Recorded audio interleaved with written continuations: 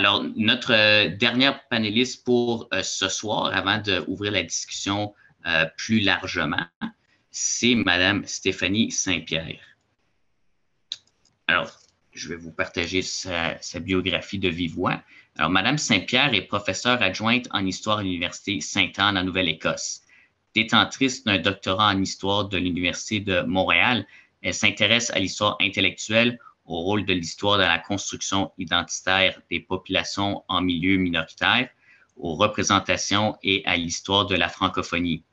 Originaire du nord de l'Ontario, elle est diplômée de l'Université Laurentienne, où elle a aussi travaillé comme chargée de cours avant de s'installer dans la région de la baie Sainte-Marie en Nouvelle-Écosse. Alors, Madame Saint-Pierre, merci d'être là. À vous la parole. Merci beaucoup. Est-ce que vous m'entendez? Oui. Parfait. J'ai eu des problèmes de micro cette semaine, donc je suis contente que ça fonctionne avec le casque d'écoute. Donc, merci beaucoup aux organisateurs de m'avoir invité à participer à ce super beau panel ce soir. J'ai ajusté un petit peu ma présentation après avoir entendu la superbe présentation et les beaux témoignages d'Isabelle Bourgeot-Tassé. Merci beaucoup. Donc, je voulais vous présenter un petit peu les grandes lignes à titre d'historienne, les grandes lignes du moment de la création du drapeau franco-ontarien pour peut-être un peu se replonger dans le contexte de création qui nous aide à vraiment comprendre pourquoi un drapeau, pourquoi en 75, pourquoi à Sudbury. Donc, je pense que c'est quand même assez important de se rappeler que les années 70 sont vraiment une période qui bouillonne. C'est vraiment une période où on voit énormément de remises en question par rapport à l'identité francophone au Canada. Donc, d'une part, il y a du côté du Québec les États généraux de la fin des années 60 et la Révolution tranquille qui font en sorte que le terme canadien-français, qui était alors utilisé de façon très générale jusque dans les années 60 pour définir les francophones de l'ensemble du Canada, exception faite de l'Acadie, commence à être de moins en moins utilisé. Et puis au Québec, bon, le terme québécois prend le dessus et dans les autres régions canadiennes, je simplifie à outrance, je le sais, mais dans les autres régions canadiennes, on commence à utiliser davantage d'autres appellations, dont l'appellation franco-ontarienne, qui existe déjà, qui a déjà été utilisée depuis le début des années 1900 environ. Je pense que c'est 1912, le premier usage qu'on repère, mais à partir des années 70, on commence à s'en servir vraiment de façon beaucoup plus systématique. Le terme franco-ontarien a par ailleurs été en compétition pendant un court moment avec le terme ontarois qui a continué à être utilisé surtout dans la région d'Ottawa, mais c'est le terme franco-ontarien qui semble avoir eu le thumbs up de la communauté et qui semble être le terme qui est le plus utilisé, quoi qu'on voit encore de temps en temps le terme ontarois dans certaines publications. Donc, je vous ramène donc un petit retour en arrière dans les années 70 pour essayer de comprendre, bon, cette période-là. Donc, cette période-là est parfois qualifiée comme étant essentiellement un réveil culturel. C'est une période dans laquelle on voit non seulement des questions surgir en termes de représentation, en termes d'appartenance, mais aussi en termes culturels et en termes artistiques. Donc, à Sudbury, dans les années 70, on est vraiment dans une région où ça bouge énormément.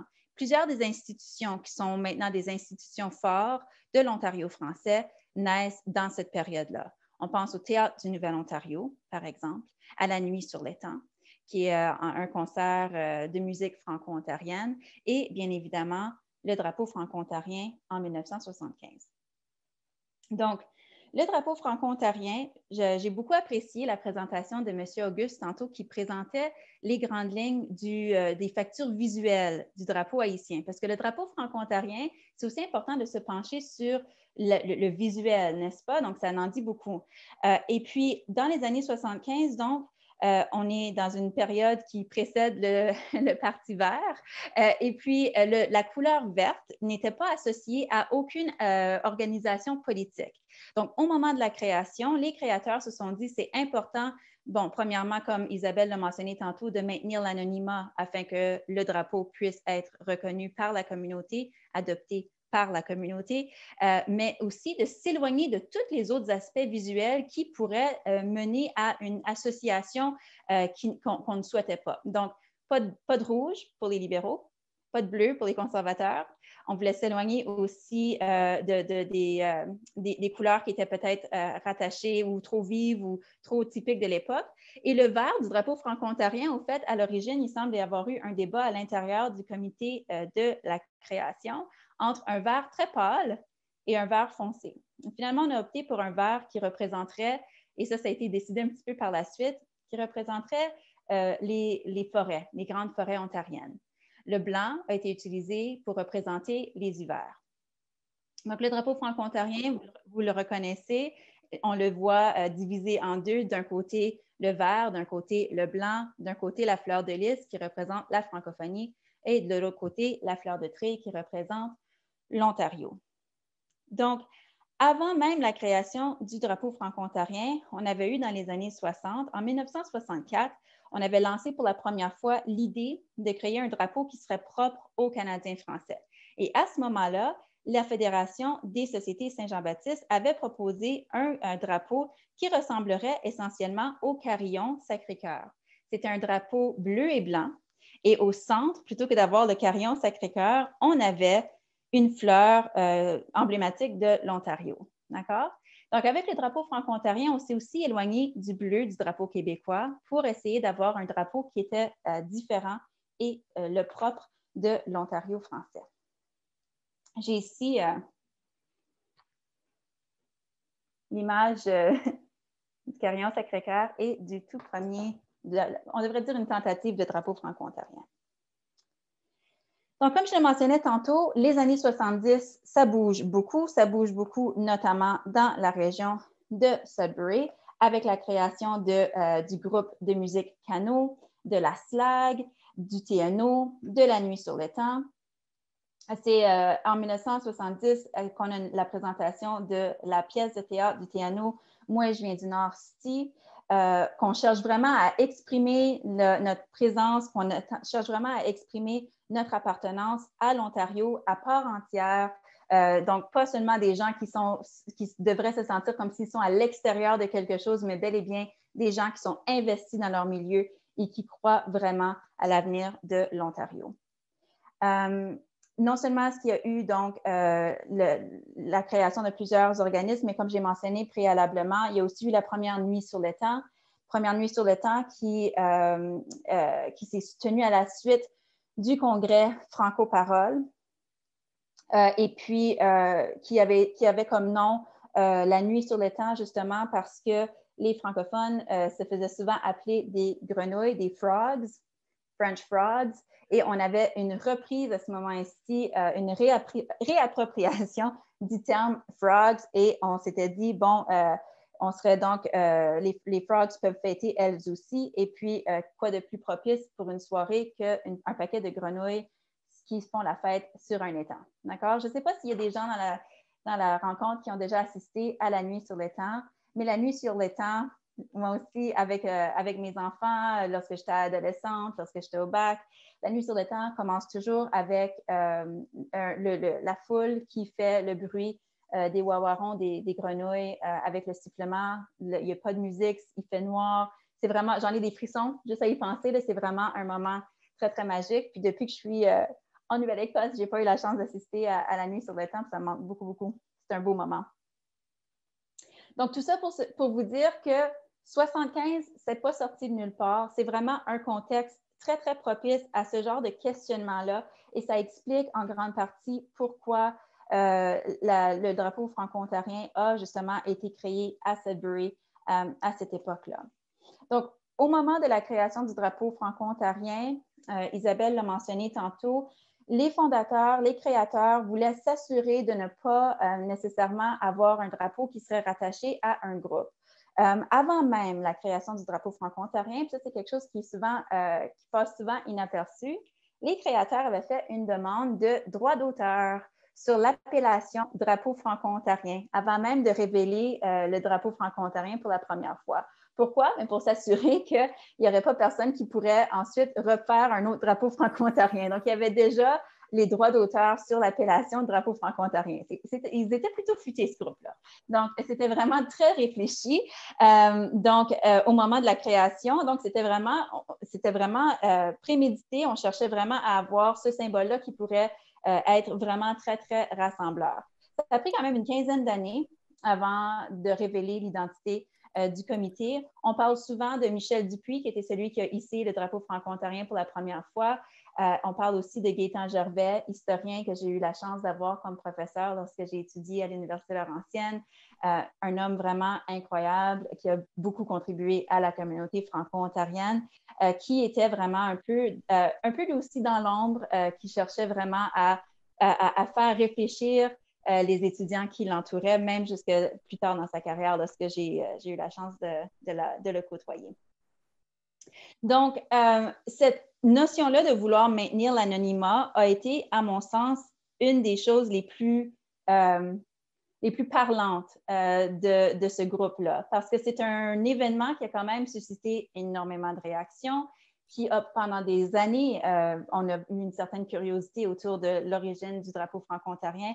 Et ce choix-là de maintenir l'anonymat, je crois, est très révélatrice du sens qu'on cherchait à donner à ce drapeau-là et du désir, justement, d'en faire un symbole qui rassemblerait l'ensemble de la communauté. On n'essayait pas d'avoir d'être des vedettes. On ne cherchait pas notre 15 minutes de gloire. On voulait vraiment faire quelque chose pour la communauté et ça s'est manifesté de cette façon-là.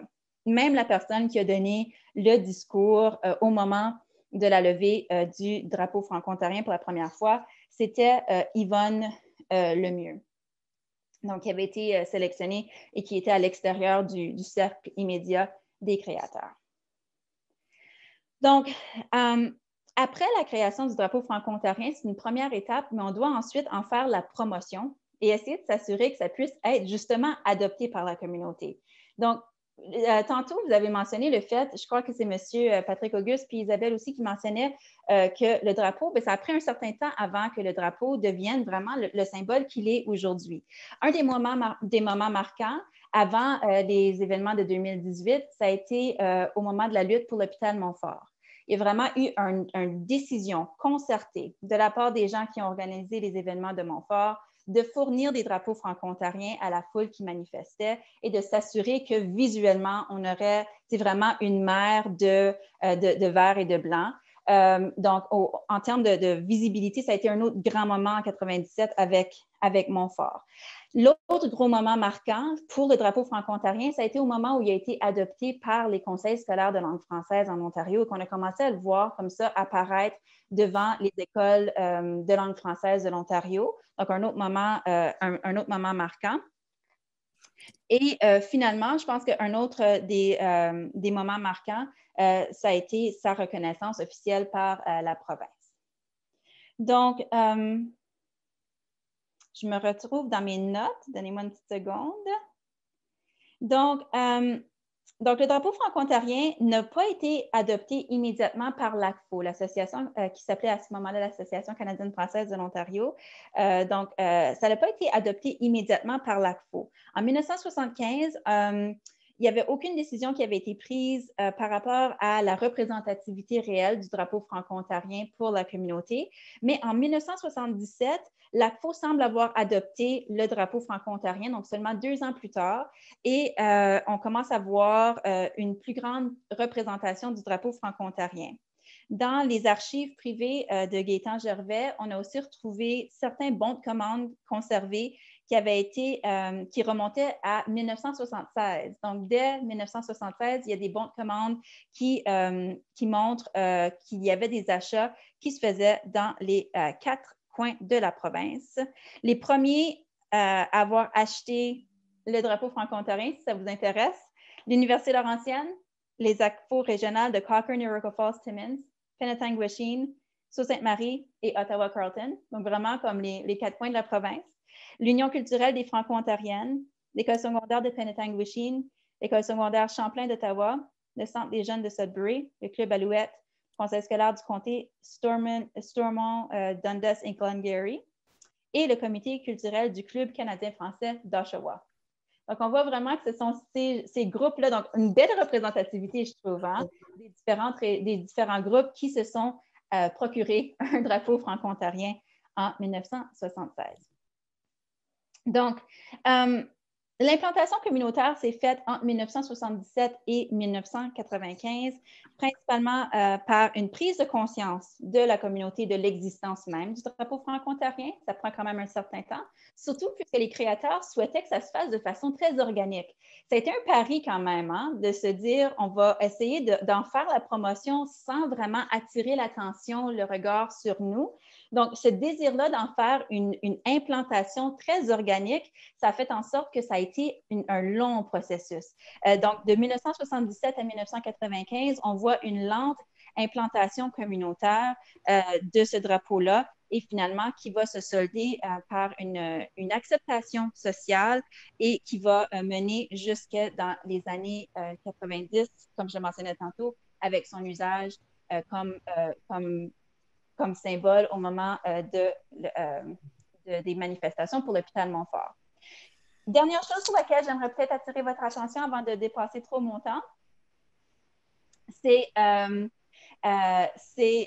l'usage des couleurs. Donc, je remarquais dans l'arrière-plan de M. Auguste, le vert et le blanc sont les couleurs de l'Ontario et ce n'est pas anodin. Ce sont les couleurs du drapeau franco-ontarien. Donc, je pense que c'est le fun de voir que le drapeau franco-ontarien, c'est une chose, c'est un symbole, mais il a fait des bébés, il a fait des petits, puis on utilise maintenant de plus en plus les couleurs du drapeau franco-ontarien dans les logos, dans les symboles. Des fois, on va voir une forme stylisée des fleurs, de la fleur de lys ou du treillis, et surtout l'usage des couleurs. L'autre chose, c'est que l'Ontario français a vraiment été un précurseur, si on veut. Puis par la suite, les autres provinces canadiennes ont suivi le pas et plusieurs drapeaux suivent essentiellement le même format que le drapeau franco-ontarien. Et puis, donc, je ne veux pas vous induire en erreur, je vais juste regarder rapidement, mais les différents drapeaux provinciaux, le prochain à être créé, si je ne me trompe pas, c'est celui de l'Alberta. Mais je ne veux pas vous induire en erreur, l'historienne ne veut pas se tromper dans ses dates, mais il y a dans les provinces de l'Ouest plusieurs provinces qui ont suivi le pas et qui ont adopté des drapeaux provinciaux pour représenter leur francophonie qui suivait le modèle proposé par l'Ontario français, c'est-à-dire la fleur, si vous regardez ici le drapeau donc, de l'Alberta, la rose sauvage de l'Alberta avec la fleur de treillis. Même chose avec les François. Donc, on voit une influence qui a perduré auprès des autres provinces aussi. Donc, voilà. Merci beaucoup pour votre attention. Merci beaucoup, Madame Saint-Pierre. Merci et présentation très éclairante sur le contexte qui a vu émerger le drapeau franco-ontarien. Il y a quelque chose qui se passait dans le Nord dans les années 70. Ceux qui ont eu la chance d'avoir vécu là en tant que franco-ontariens ont été aux premières loges d'une histoire qui avançait à la vitesse grand V et qui, comme vous l'avez énuméré, a vu plusieurs institutions et symboles émerger à cette époque-là qui sont encore parmi notre communauté aujourd'hui. Très intéressant, c'est tout à fait passionnant. Et effectivement, lorsqu'on y pense, ce que vous disiez en conclusion, les autres drapeaux des autres communautés en situation minoritaire, les autres fameux CLOSOM, pour prendre le jargon fédéral, le Québec et l'Acadie sont à part, le drapeau était là bien avant, ils se conçoivent aussi comme nation, donc on les met de côté, mais tous les autres, après ça, ont repris la même idée des amis de, de Mme Bourgeot-Tassé et du comité justement anonyme à cette époque-là, c'est-à-dire reprendre l'idée des emblèmes fleurales pour leur drapeau. La très grande majorité ont repris ça, donc c'est intéressant de voir que l'Ontario français a pu inspirer également d'autres drapeaux de la communauté, des communautés en situation minoritaire au Canada. Effectivement, très intéressant.